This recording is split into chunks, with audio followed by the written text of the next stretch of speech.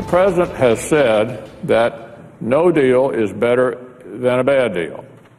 And while he will be out of office in a few months, the rest of the country and the world will have to deal with the predictable consequences of the president's deal for far longer. The Iranian nuclear deal, the one that will either lead the Middle East into a new era of peace or doom certain nations to being nothing more than a burning cinder, is done. There is more than enough Senate support on the table to pass it and ensure President Obama could override any veto. That has not stopped Donald Trump, Ted Cruz, and others to rally in the nation's capital today to hammer away at the folly of this package. But seeing as this is a fait accompli, what exactly are they hoping to prove and change? Release the political animal on this and much more. First up, veteran Republican communication strategist, principal at the Victory Group, Adam Goodman. Joined by the former Deputy Chief of Staff to Pennsylvania Governor Tom Ridge, political strategist, president of Xenophon Strategies, David Fuscus. Gentlemen, I want to thank you both for joining us. David, I'm going to begin with you on this one. They're in Washington earlier today. They're rallying against this deal. Is this, though, just optics at this point and setting everybody up down the road? Because there's nothing they can do about the deal. It's done. This is really about presidential politics, and it's not about foreign policy. Ted Cruz desperately needs to break away from the pack of Republican contenders, tying himself into Donald Trump, and Donald Trump's media profile helps him do that. The deal's done. It is something that they're not going to change, and it really is about politics and theater at this point. Thinking about it that way, Adam, that it's all about politics, do you then see people like Trump, Cruz, and anybody else as they go down the campaign trail, knowing it's done, the veto's been overridden, saying every time something minor happens in Iran, Israel, anything, they are going to use this. This is going to be like blood in the water and sharks are feeding. Yes.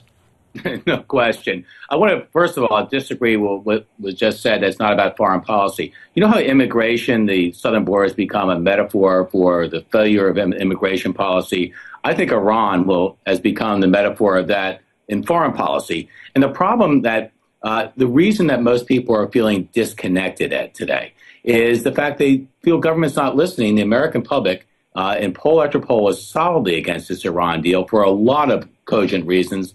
And I think there's got to be a better explanation than just it was shouted down in the halls of Congress, as opposed to how do you feel if you're the country of Israel, the nation of Israel, with a power like Iran that's dedicated to your extermination? How do you feel today about the resolve of America? And that is a presidential issue, and it's an issue of leadership. All right, let's talk about those people who want to be leaders here for a moment, if you will. Let's focus on Donald Trump. You got to love this guy. He goes to Instagram, takes a shot at Jeb Bush, calling him, oh, okay, well, here, see for yourself. Having trouble sleeping at night, too much energy, need some low energy. You may have an HSA in some companies don't. But I think the norm ought to be Jeb, for all your sleeping needs. Okay, so Trump puts that one out. Now, here comes Jeb Bush right back. He's the first official guest of The Late Show with Stephen Colbert. He explained the background to his campaign logo, and he was trying to come off a little less boring. Here's what he said.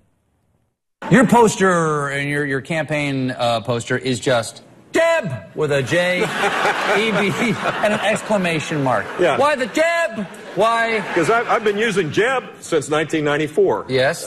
It connotes excitement. It connotes...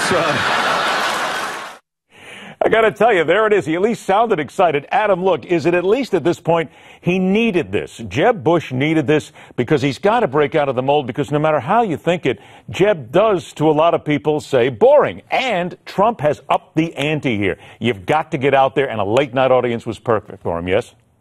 No question.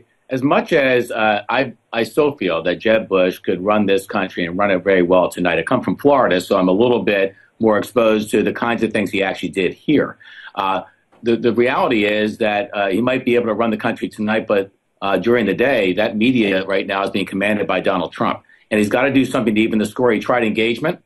He's still engaging, actually. And he's trying something on top of that, which is maybe called social chicness. And that's why the Colbert Report, as he did, I think, very well with Jimmy Fallon not so long ago, is maybe part of the road to redemption and a second win for Jeb at a time when he starts to really need it. All right, then, David, to you, that social chicness, and I think it's great, Adam. We just created something brand new here. We're all going to go. I'm going to rush right out and get a trademark on it to make sure we can all make money on it. But, David, is it smart for Jeb to do this? Because it sure seems the right thing to do. He's following the old political maxim, which is hang a lantern on your problem, and he's doing it for the stereotype that he's boring. He's doing it, in fact, that some people think he's not conservative enough, and he's also doing it to distance himself from some of the things that are unpopular about his brother, which he did last night on the Colbert Report. So see, wait a minute. See that? We're still calling it the Colbert Report, even though now it's the Late Show. See, right. There you go. After all those years of watching it, but listen, he's got to establish himself as his own national figure in the media, and he's not going to do that by trying to out-Trump Donald Trump. No one's going to do that. Trump is bombastic. He says extremely controversial things. Bush has to come into this, and he has to do it in a more reasoned way that shows people that he's a serious candidate, a serious, experienced politician and legislator, and he's certainly doing that now with things like his appearance last night on Jimmy Fallon. He's using his media profile well. Yep. I think he's moving along well. Be careful that he doesn't try to go ahead and take care of stand-up comedy, because remember, life is easy, comedy is hard. David Fuscus, Adam Goodman, gentlemen, always a pleasure to have you on the show. Thanks so much for joining us. We'll do it again soon. Let's remind everybody right now, here's another presidential candidate, a chance for you to get to know a little bit more about Dr. Ben Carson. Call 1-800-655-7567 or go to Newsmax.com/Ben to get your free copy of One Nation. The Hard Line continues.